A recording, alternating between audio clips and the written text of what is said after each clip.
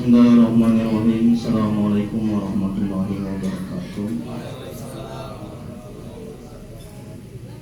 Alhamdulillahirabbil alamin wa bihi nasta'in 'ala umuri dunya waddin.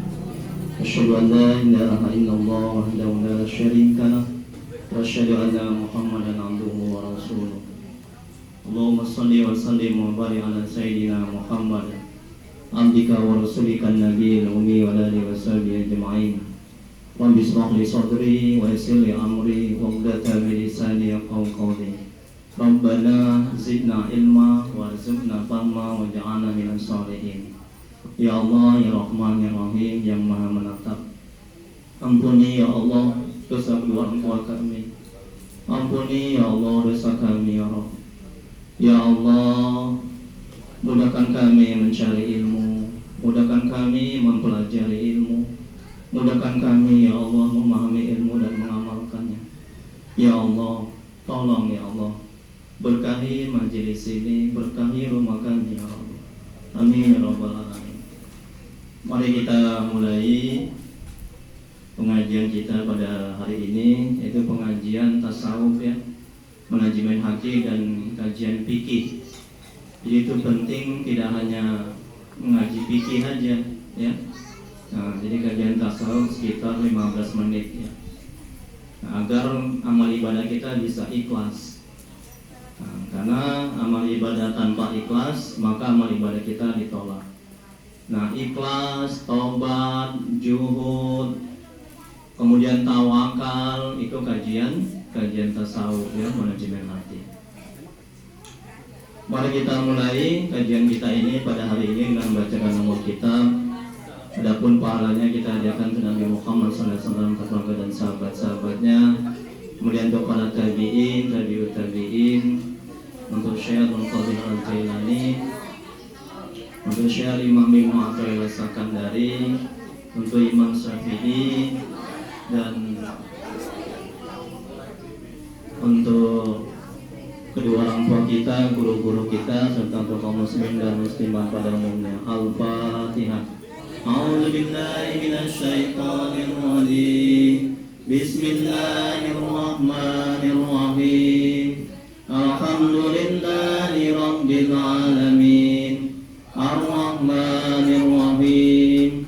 Maliki yaumiddin. Iyyaka na'budu wa iyyaka nasta'in. Ihdinas siratal mustaqim. Siratal ladzina ghairil maghdubi alaihim waladdallin. Amin. Ilahi anta maqsudi wa ridhaka matlubi. Ya Allah, Kau yang kami tuju, ridhamu yang kami cari. Bapak, Ibu, kakak, empok yang dirahmati oleh Allah Subhanahu wa taala. Baik, sebelum kita mulai kajian tasawuf, manajemen hati dan kajian fikih, lebih dahulu saya ingin menjelaskan tentang adab menuntut ilmu agama. Ya. Adab menuntut ilmu agama. Jadi dalam menuntut ilmu agama ini kita mesti beradab. Agar apa? Agar ilmu itu berkah, agar ilmu itu masuk ke dalam hati, agar kita bisa mengamalkan ilmu kita. Karena ilmu itu cahaya. Jadi cahaya Allah tidak akan masuk ke dalam hati orang yang bermaksiat kepadanya. Jadi sia-sia kita mengaji, sia-sia kita datang, sia-sia kita belajar kalau ilmu itu tidak bisa kita amalkan, kalau ilmu itu tidak masuk ke dalam hati. Untuk itu, agar ilmu itu bermanfaat, tentunya kita harus beradab dalam menuntut ilmu agama. Ini penting saya sampaikan ya. Baik, yang pertama adab menuntut ilmu agama, yaitu niat. Nah, jadi jangan lupa dari rumah itu kita niatkan, kita harisan ini. Yang pertama niat kita adalah menjalin tali silaturahim. Ya, karena Allah, mengharap ridha Allah. Yang kedua niat kita mencari ilmu agama. karena Allah dan mengharap ridha Allah. Jadi kalau kita tidak berniat dalam rumah untuk mencari ilmu agama, untuk menjalin tali silaturahim, maka kita nggak dapat pahala, hanya capek yang ada, hanya kenyang yang ada. Tentu itu penting. Rasulullah SAW bersabda, innamal a'malu binniyah. Segala sesuatu itu bergantung kepada niatnya, dan seseorang itu dibalas sesuai dengan kadar apa yang dia niatkan. Jadi yang pertama niat. Jadi ayo sama-sama kita berniat, ya, dalam hati kita masing-masing, ya. Niat kita arisan ini adalah menjalin tali silaturahim dan juga menuntut ilmu agama. Kemudian berdoa. Nah, jadi sebelum kita belajar ilmu agama, kita berdoa, kita mohon ampun kepada Allah. Ya, agar apa? Agar bersih dari dosa-dosa, agar ilmu itu masuk. Kalau hati kita masih banyak maksiat dan dosa, ilmu itu nggak akan masuk ke dalam hati. Jadi Allah tidak akan memberikan ilmunya ke dalam hati orang yang bermaksiat kepadanya. Itu berdoa. Kita doa tadi, ya. Terus yang ketiga, ada menuntut ilmu, menghormati ustadz. Saya nggak minta dihormati, saya tidak minta dipuji, saya nggak minta disanjung. Nah, tapi sepatutnya kalau nggak menghormati ustadz, maka ilmunya nggak akan berkah, ilmunya nggak akan bermanfaat, ya. Ilmunya tidak akan berguna dan tidak akan bisa diamalkan kalau kita tidak menghormati guru kita, ustadz kita. Nah, ini penting, ini adab, ya, menuntut ilmu agama. Kita hormati, jangan kita hina, jangan kita caci, jangan kita jelek-jelekkan, ya, jangan kita buruk-burukkan. Nah, itu. Kemudian berikutnya adab yang keempat, sungguh-sungguh dan memperhatikan, sungguh-sungguh diam. Nah, jadi nanti ketika ada tausiah seperti ini, itu dimohon tidak ada yang bicara. Ya, kalau makan silakan makan, tapi ingat hanya di pengajian ini, pengajian lain jangan buat begitu. Kami di pengajian Profesor Azim Siotang itu kalau terlambat itu boleh makan, tapi di dapur nggak ketahuan gurunya. Jadi sama Profesor Azim Siotang itu dibolehkan masuk, ya, tapi ke dapur langsung makan. Itu siang habis salat Jumat. Jadi habis makan dia langsung mengaji. Tapi tentu juga tidak boleh makan di muka ustaz, di muka guru. Nah, bagi yang arisannya ada anggota yang terlambat, silakan ambil piring langsung makan. Tapi ingat, jangan cerita. Jadi makan sambil mendengarkan tausiah, mendengarkan ilmu. Nah, ini adab, ya, ada menuntut ilmu. Tapi juga untuk di pengajian lain, jangan pula dibuat makan, ya. Nah, itu hanya pengajian di sini karena udah jauh-jauh kan, udah capek datang kemari, kemudian udah lapar-lapar, juga nggak akan berefek dalam menuntut ilmu kalau lagi lapar. Nah, untuk itu saya mengizinkan. Kemudian berikutnya, adab yang kelima, bersikap tawadu atau rendah hati. Ya, kalaupun kita banyak ilmu, kita udah tahu sama ustaz lain, jangan kita nampakkan, jangan kita banggakan, jangan kita tunjukkan kita tuh hebat, belajar kitab ini. Kita harus merendah, ya, di depan guru kita.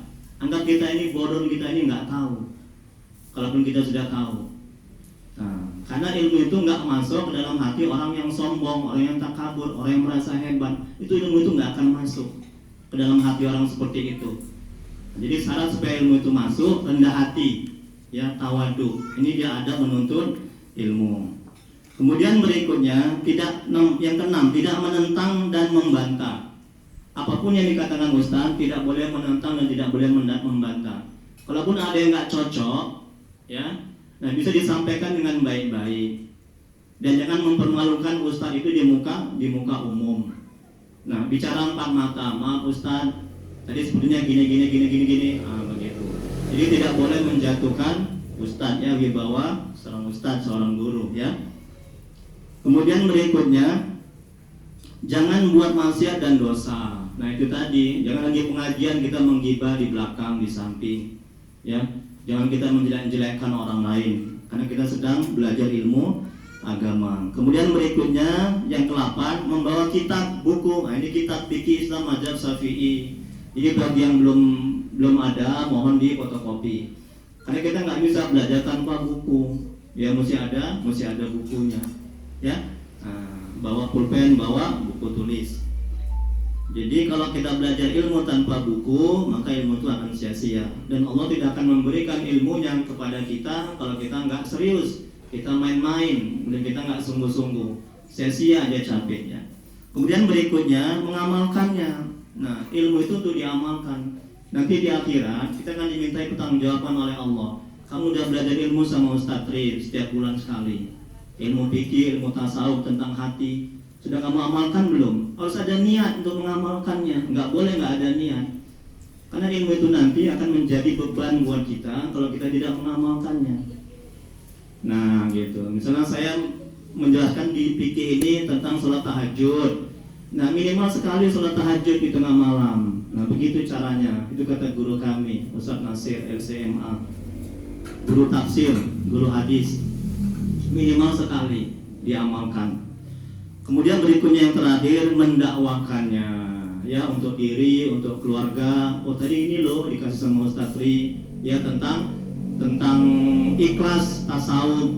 Nah, kita harus ikhlas. Nah, kita sampaikan untuk diri kita dulu, untuk keluarga kita, kemudian untuk orang lain. Jadi juga nggak boleh ilmu itu kita sendem aja. Biarin aja, biarin aja orang lain itu bodoh. Yang penting aku pintar. Oh itu nggak boleh, ya. Nah, jadi Allah Maha tahu, ya. Jadi wallahu a'lam. Hanya Allah yang Maha mengetahui. Mungkin ada yang ditanyakan tentang adab menuntut ilmu ini sebelum kita masuk kajian tasawuf, kemudian fikih. Tentang ini dulu ya, ditanyakan tentang adab menuntut ilmu agama. Iya. Ini ada 10. Ya baik Ustaz, Ya. mungkin langsung aja. Yang pertama mungkin pertanyaan saya, ketika Ustaz bahasanya sini kan kita dianggap keluarga semuanya. Nah mungkin pada saat tadi ada yang kita paham dan kita juga ada dasarnya, saya rasa sih tidak ada salahnya kita langsung berargumen dengan tunjuk tangan kan seperti itu. Kita sharing juga, kita berbagi ilmu, gitu. Kita juga berbagi ilmu. Mungkin ada yang namanya manusia tidak luput dengan kesilapan ataupun perkataan itu. Ya mungkin saya juga tahu ini lo sebenarnya kan gitu, menurut ini, menurut itu kan gitu.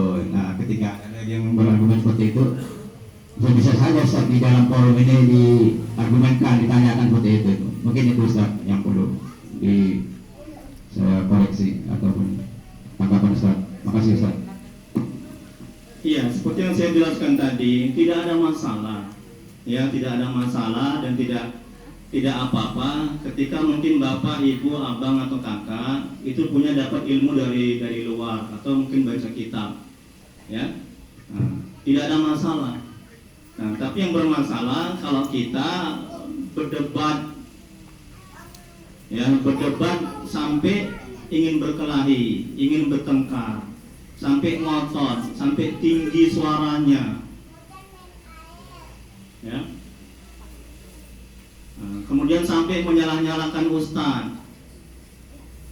Nah itu yang kurang beradab dalam menuntut ilmu. Oh ustaz itu salah, itu nggak benar itu. Oh sesat ilmunya itu. Nah, inilah kata ustaz ini yang benar, gini segala macam. Nah itu yang kurang beradab. Nah itu yang nggak benar. Ya. Nah, jadi silakan saja kalau punya argumen lain atau ilmu yang lain, ya. Kemudian punya pendapat lain, ya. Nah, tapi juga dengan adab-adab dan sopan santun, tata krama dengan lemah lembut. Karena kita berhadapan sama guru.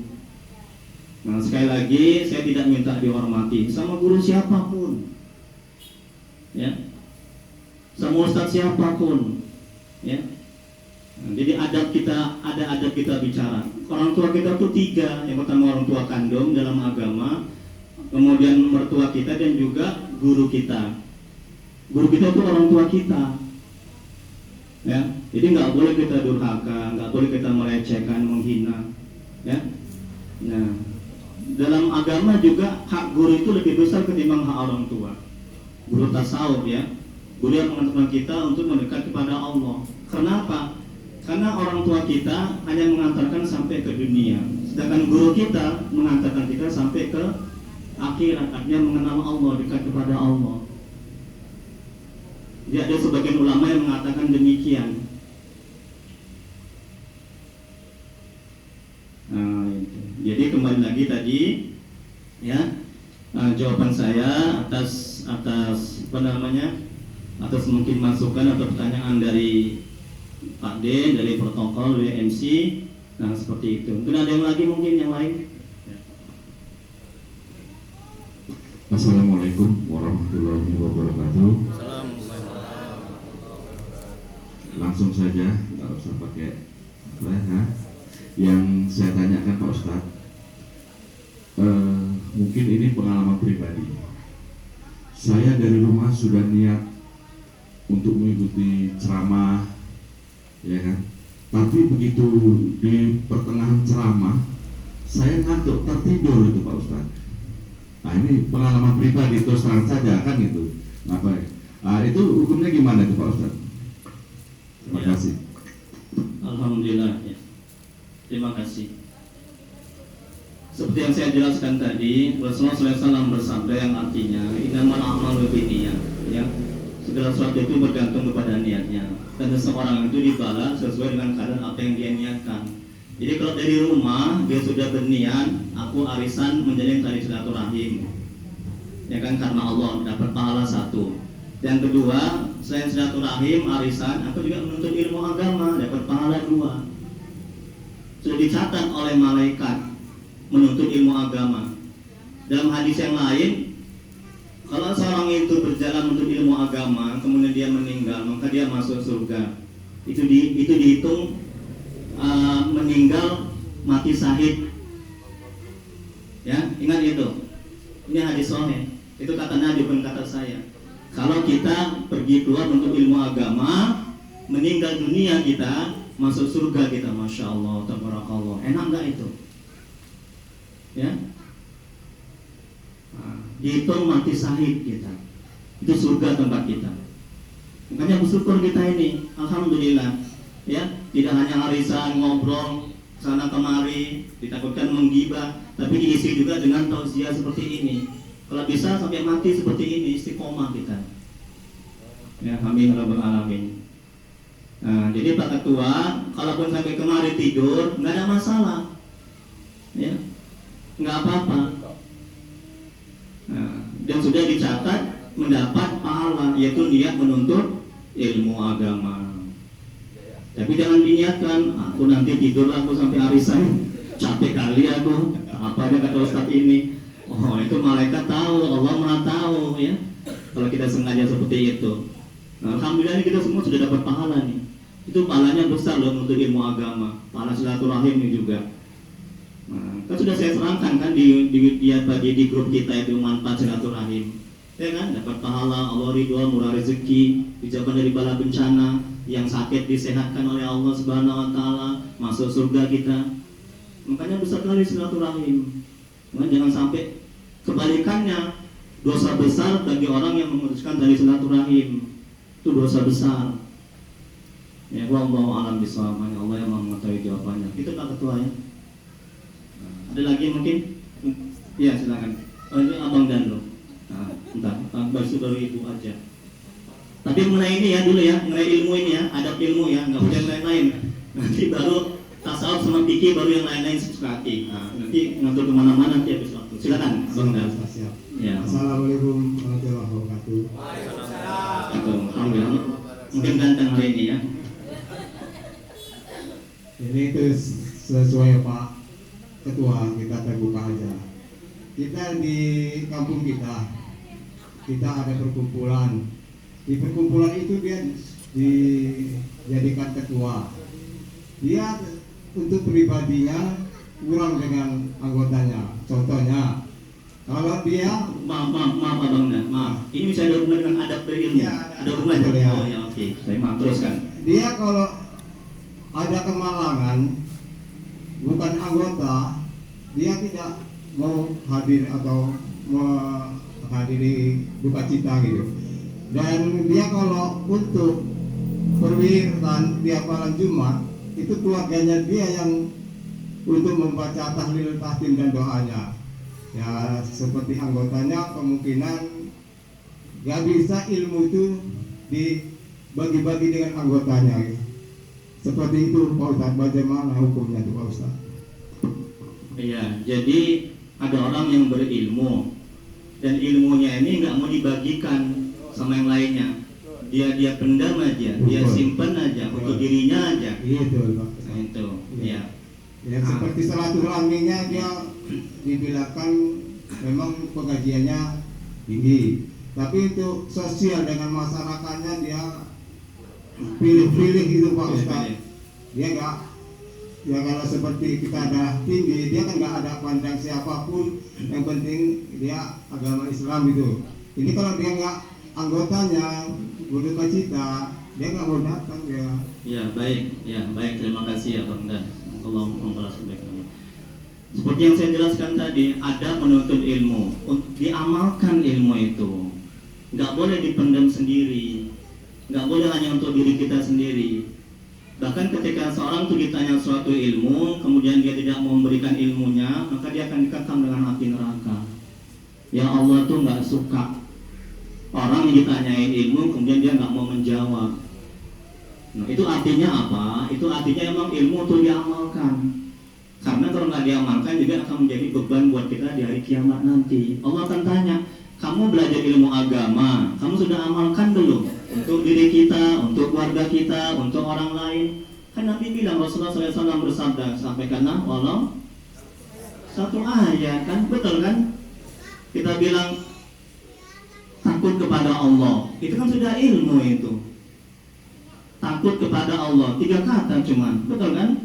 Itu sudah mengamalkan itu. Apalagi dia yang banyak ilmunya, di masyarakat dia juga dibutuhkan, dipakai. Oh, itu tidak boleh seperti itu, ya? Wallahu a'lam bishawab. Oke, terus lagi, aku ajak maaf ya. Iya, apa-apa. Ini kan dekat juga nih gitu. Udah, Bang. Udah. Makasih. Pertanyaan saya, kalau ingin menjadi orang soleh atau soleha, gitu kan, apakah boleh belajar dari YouTube atau internet itu aja Pak Ustaz? Hanya itu saja. Assalamualaikum warahmatullahi wabarakatuh.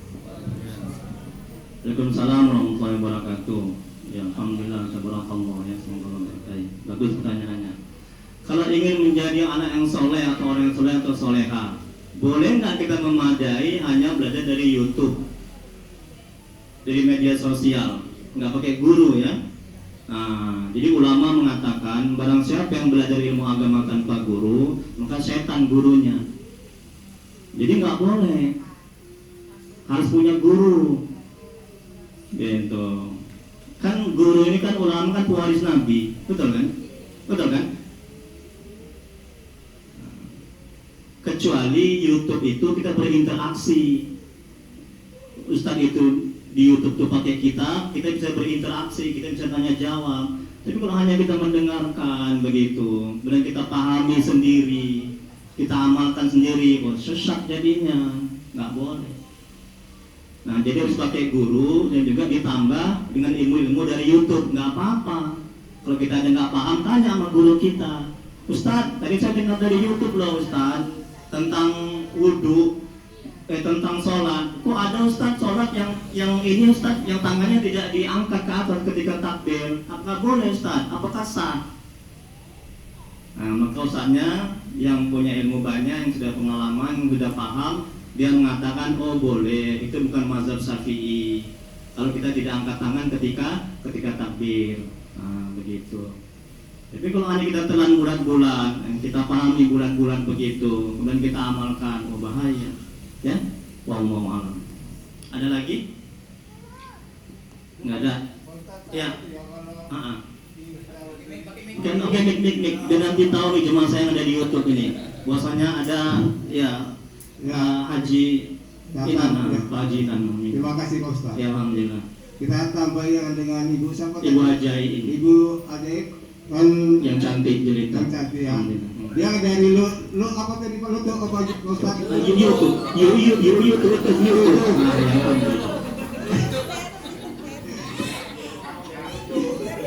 Nah, kita dulu pernah menyampaikan dengan Pak Ustaz mengenai buku. Yang gitu Pak Ustaz kan?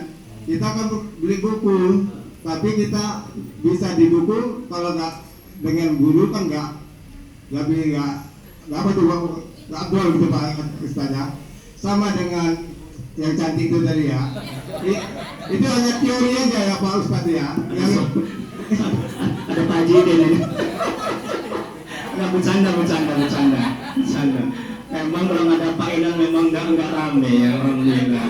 Tadi berat pula untuk masuk kemari tadi. Udahlah pulang lah Ustaznya kalau Pak Idan nggak masuk. itu kan betul Pak Ustaz kan. Itu buku dengan YouTube itu kan teori. Prakteknya ya Pak Ustaz kan gitu kan.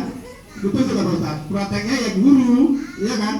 Ya kalau kita YouTube sama buku ya nggak puas dengan sesuai Pak Ustaz tadi dibilang cara mengangkat tangannya itu tadi kan. Nah kita ya inilah yang kita harapkan dengan Pak Ustaz kan dijawabnya dengan baik. Itu aja yang kita sampaikan dengan YouTube dengan buku dari Pak Ustaz. Iya, ini nanya apa tambahan nih sekarang?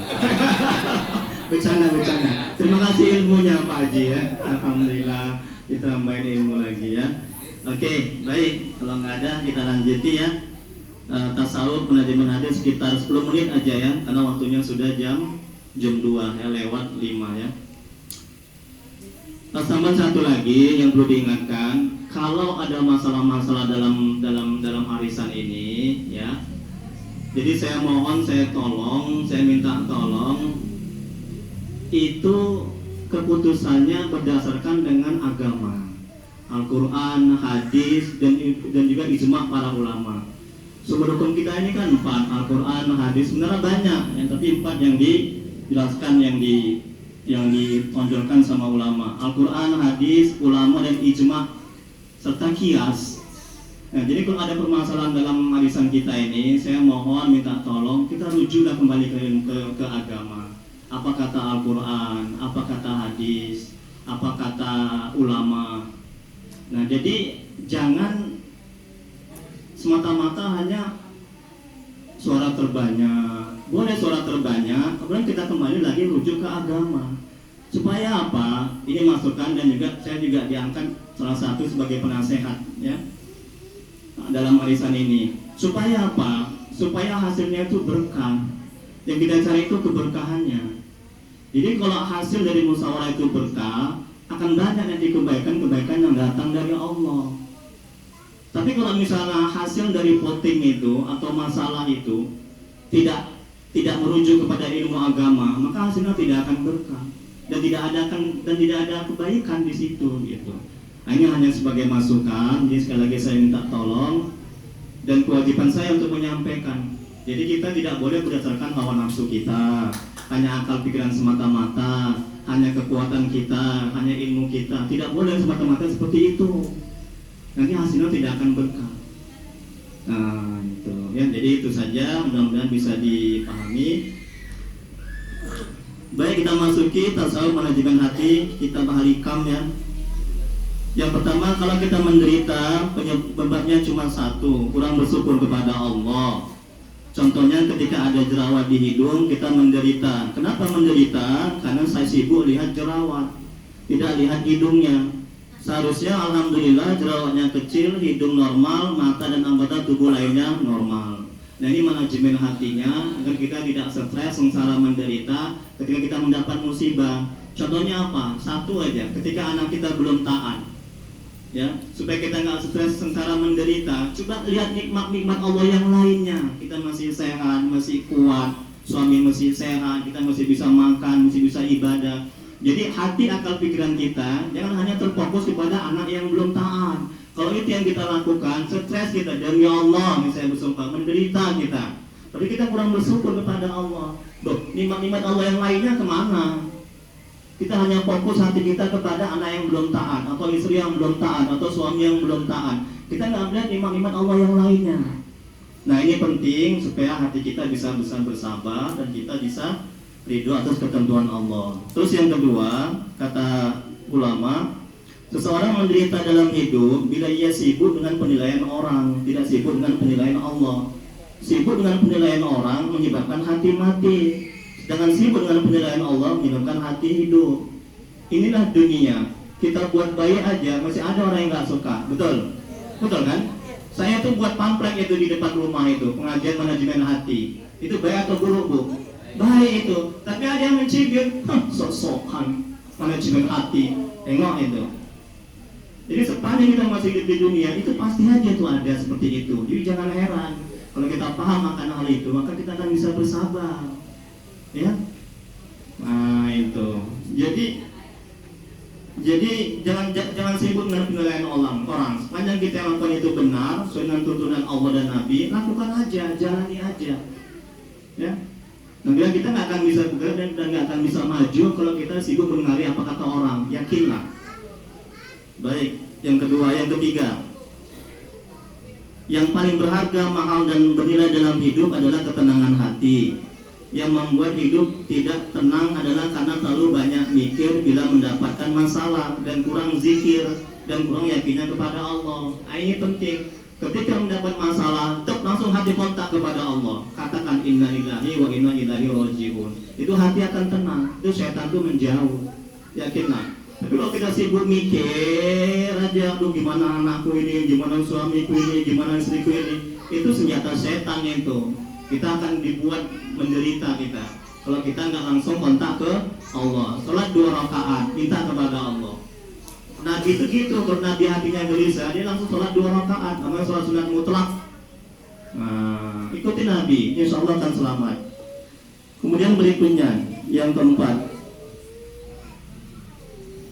orang yang banyak mikir, orang yang banyak mikir bila mendapat masalah dan kurang zikir, akhirnya setan dan hawa nafsu yang akan menuntun. Bila kita zikir ingat Allah ketika mendapat musibah, maka Allah yang akan menuntun. Tengok itu. Yang kelima, firman Allah dalam Al-Quran yang artinya, karena itu ingatlah kamu kepadaku, niscaya aku ingat pula kepadamu, dan bersyukurlah kamu kepadaku, dan janganlah kamu mengingkari nikmatku. Al-Baqarah ayat 152. Kemudian berikutnya yang kelima, Nabi Muhammad SAW banyak masalah. Masalahnya rumit dan berat, tapi hasilnya mulia dan terhormat. Semakin banyak masalah yang dihadapi, pintu kemuliaan semakin dekat. Jadi jangan menghindari masalah, jangan lari dari masalah, nggak akan pernah selesai. Hadapi masalah itu, karena hidupnya juga masalah, ujian. Orang yang hidupnya tanpa masalah, berarti orang itu mati. Nah, kemudian berikutnya yang keenam, dari SD ke SMP naik derajat dan oleh ujian. Seseorang masuk bekerja juga lewat seleksi dan ujian. Seseorang dibesarkan oleh masalah dan terangkat juga oleh masalah. Dan seorang ketika mendapat masalah, jangan persepsinya beban, tapi masalah adalah sebuah aset bagi kemuliaan seorang. Dan naik derajat bila disikapi dengan tepat. Ini agar kita